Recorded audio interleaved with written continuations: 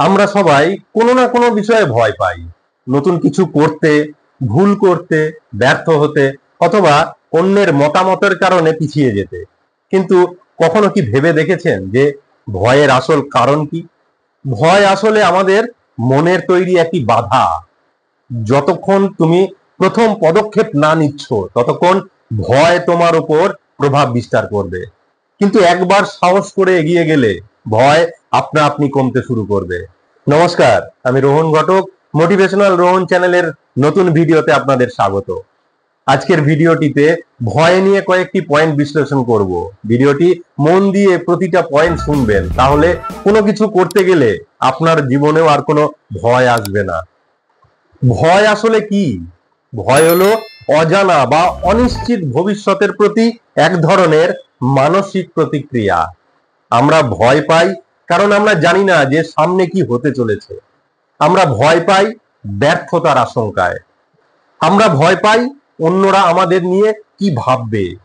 ধরুন, আপনি যদি সাইকেল চালাতে শেখার আগেই ভয় পান যে পড়ে যাবেন, তাহলে আপনি কখনোই সাইকেল চালানো শিখতে পারবেন না। কিন্তু একবার সাইকেলে বসে চেষ্টা করলেই দেখবেন ধীরে ধীরে সব ভয় কমে যাচ্ছে। তখন পড়লেও আর ভয় থাকবে না। কেন ভয় আমাদেরকে পিছিয়ে রাখে? ভয় আমাদের এমন ভাবে প্রভাবিত করে যে আমরা কোনো কাজ শুরু করার আগেই হেরে যাই। আমাদের মনে হয় যে আমি পারবো না। আমরা যদি হেরে যাই, যদি ব্যর্থ হই, সবাই আমায় নিয়ে হাসবে, সবাই আমাকে নিয়ে সমালোচনা করবে। এই ভয় আপনার স্বপ্নকে ধ্বংস করে দেয়।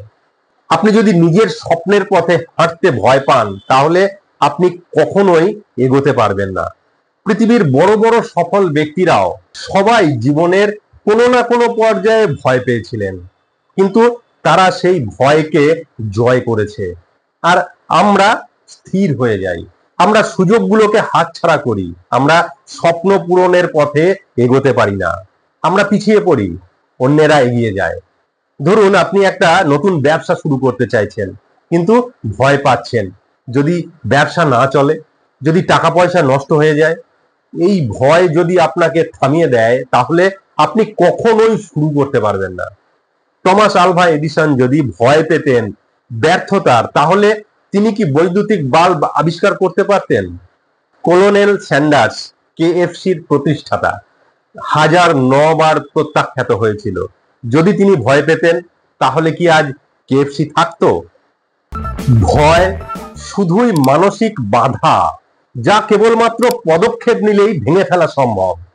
ভয় কাটিয়ে ওঠার একমাত্র উপায় প্রথম পদক্ষেপ নেওয়া। আপনি যখনই কোনো না কোনো কিছু নিয়ে ভয় পাবেন, তখনই প্রথমেই একটা ছোট পদক্ষেপ নিন। ভয়কে অস্বীকার করার দরকার নেই, বরং মেনে নিন। প্রথমেই স্বীকার করুন যে আপনি ভয় পাচ্ছেন, আর ভয় পাওয়াটাও স্বাভাবিক। কিন্তু ভয়কে আপনার জীবন নিয়ন্ত্রণ করতে দেবেন না। ছোট ছোট পদক্ষেপ নেওয়া শুরু করুন। একেবারেই বড় কোনো পরিবর্তন আনতে যাবেন না, বরং ধাপে ধাপে ছোট ছোট পদক্ষেপ নিন, এতে ভয় কমবে। ধরুন, আপনি স্টেজে কথা বলতে ভয় পান, তাহলে প্রথমে শুধু আয়নার সামনে প্র্যাকটিস করুন। তারপর বন্ধু বান্ধবদের সাথে বলুন। আপনার থেকে বয়সে ছোট বা বাচ্চাদের সাথে সেইভাবে কথা বলা প্র্যাকটিস করুন। ধীরে ধীরে দেখুন ভয় কমতে থাকবে। যদি এবং কিন্তু এইগুলোকে বাদ দিন। যদি আমি ব্যর্থ হই, কিন্তু সবাই আমাকে নিয়ে কি বলবে, এই সবগুলো ভাবা বন্ধ করুন। মনে রাখবেন, ভয় শুধু আপনার মনের, বাস্তবের নয়। কাজ শুরু করে ফেলুন, ফলাফল নিয়ে বেশি ভাববেন না। বেশি বিশ্লেষণ করলে ভয় আরো বাড়বে। ভয়কে আপনার শক্তিতে পরিণত করুন। যদি ভয় আপনাকে থামিয়ে দেয়, তাহলে আপনি ব্যর্থ হবেন। ভয় কখনো পুরোপুরি কারোরই চলে যাবে না, কিন্তু প্রথম পদক্ষেপ নিলেই সেটা নিয়ন্ত্রণ করতে পারবেন। সেটা সম্ভব।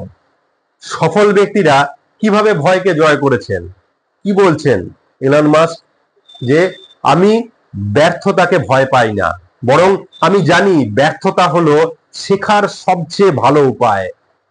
ডক্টর এপিজে আব্দুল কালাম বলেছেন যে সফলতা পাওয়ার আগে তোমাকে ব্যর্থতার স্বাদ নিতে হবে, আর ব্যর্থতা তোমাকে শিক্ষা দেবে যে তুমি কিভাবে সফল হতে পারবে।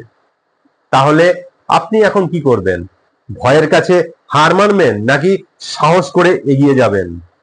আজ থেকেই প্রথম পদক্ষেপ নেওয়া শুরু করুন, কারণ আপনার সাফল্য আপনার হাতেই। ভিডিওটি কেমন লাগলো কমেন্ট বাক্সে কমেন্ট করে জানাবেন। ভালো লাগলে অবশ্যই লাইক করবেন, শেয়ার করবেন সবার সাথে, আর চ্যানেলটিকে সাবস্ক্রাইব করা না থাকলে অবশ্যই সাবস্ক্রাইব করবেন। সবসময় ভালো থাকবেন, সুস্থ থাকবেন আর নিজেকে মোটিভেট করে রাখবেন। ভিডিওটি দেখার জন্য ধন্যবাদ। নমস্কার।